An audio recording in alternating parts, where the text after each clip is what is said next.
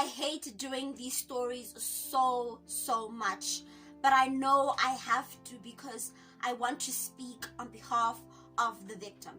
The victim can no longer speak for themselves. They have been silenced by the perpetrator. Families are hurt because they want their children's stories to be out there. They want their children not to be forgotten. So I found the need to talk about some of the videos that I'll be posting on the series. Not only because we seek justice, but to make sure that the victims, the innocent souls that have been lost due cruelty of people are never forgotten. Hello, it's your girl Miss Kels on yet another video. I'm so glad you guys are joining me again for this one under the Crime Corner series.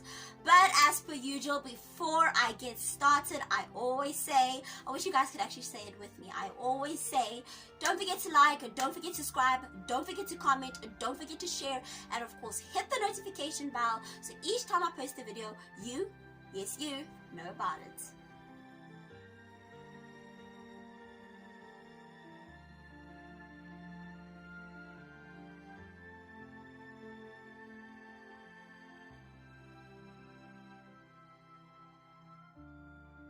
Siam Lee is a 20-year-old female who's a former student of Crawford College in the North Coast. So she had a mom and her dad passed away.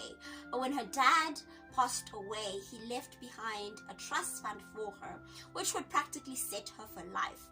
But sadly, the money was used up, and she found herself working in a brothel with her mother. This is where she met her killer, 30-year-old Philani Ntuli. He was a successful businessman who drove the most expensive cars, who had a good life. And this 20-year-old looked at this man and said, wow, this is my way out.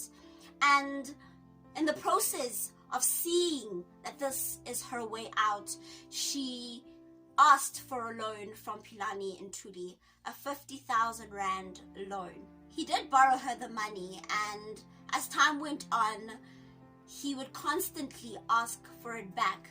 But Siam worked in a brothel. She wouldn't make so much money. So to me, it doesn't make sense that, okay, you gave her 50,000 rand and you want it back, and she works in a brothel and she doesn't even make half of that. But he wanted his money back, and Siam couldn't pay it back. On the 4th of January 2018, it is believed Siam left her workplace, the brothel, and Ntuli's car was parked right outside the brothel.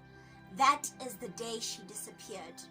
So when you put two and two together, it only makes sense that he had taken her. Before I go into detail about how her body was found, I also want to say something about Philani Ntuli. It is said that Philani Ntuli knew that he had HIV and AIDS. He was HIV positive, and he had the sole mission, the sole purpose to spread it around. And I just need to say how sick this man was. He was sick to such an extent that as a businessman who is educated, who knows that HIV and AIDS is not a death sentence, there is medication for this, you can live a normal life, but he refused to take this in. He refused to understand that he can live a normal life, and he was selfish and began spreading the virus. Siam's body was found in a sugarcane field by a farmer and his son. They had planned to go fishing when they stumbled upon her charred remains, her face defaced and without teeth. The police did an amazing job with linking Siam with Philani Ntuli. I applaud them for that. But What scares me about this whole thing is how he confessed. He was so nonchalant. He was so okay with everything. And when he confessed, he said, I initially wanted to kidnap her for ransom, but the plan didn't work out. Then he decided he would rape her and then kill her. He tried to strangle her and she didn't die. She just went into a spasm fit. And as you know, a spasm fit can be really, really scary.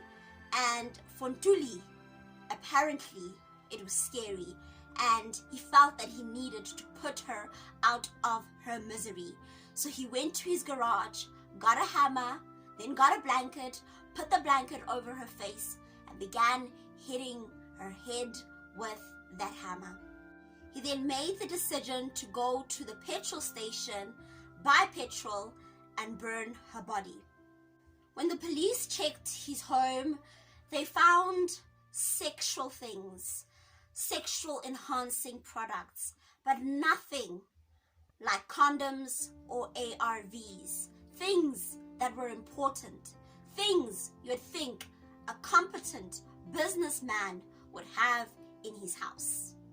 What really upsets me with this story is not about how nonchalant he acted, not only about that, but also because he died. He died before Siam Lee got her justice. It is said that he died of cancer, skin cancer. I always say to myself, I know this sounds so horrible, I just wished he suffered. He suffered like he made Siam suffer. And it was thought that this is all a hoax, that he actually really didn't die. So they had to go and search for his fingerprints when he was booked at the police station and compared to the fingerprints that were taken at the morgue. And it was found that it was actually him. He had actually died from skin cancer.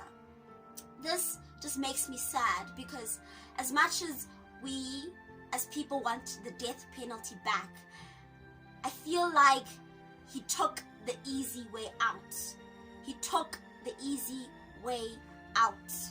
It upsets me because he should have served.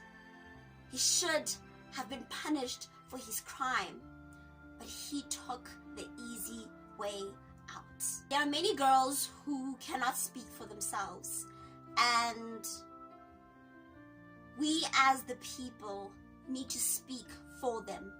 We need to keep telling their story.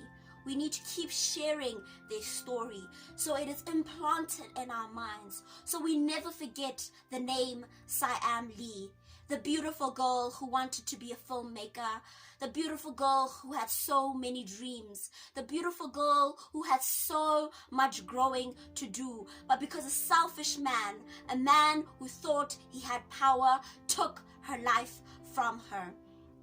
I just wish I could tell the world's stories. I could tell everybody's stories, but of course we can't.